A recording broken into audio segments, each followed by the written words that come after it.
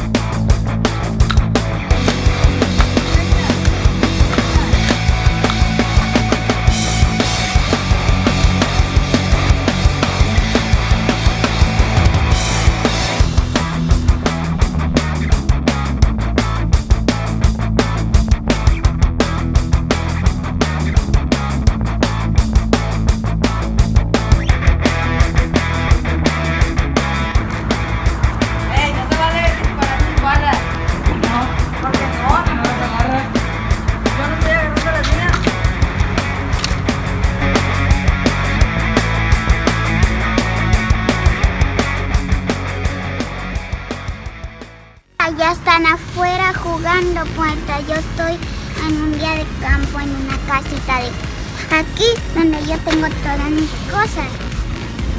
A mí me gustan mucho los juguetes pequeños, así que un día les voy a enseñar mi casita de juguetes de chiquito. Por mientras les voy a enseñar esto. Tengo a mi Polly Pocket.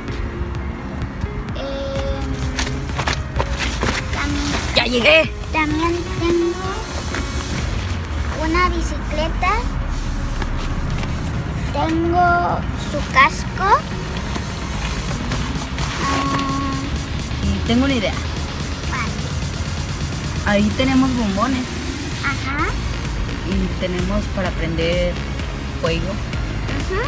Y si prendemos fuego para hacer bombones. Sí, y luego hacemos un día de campo. Bueno, vamos a hacer la fogata. ¿Y si nos quedamos a dormir hoy aquí fuera?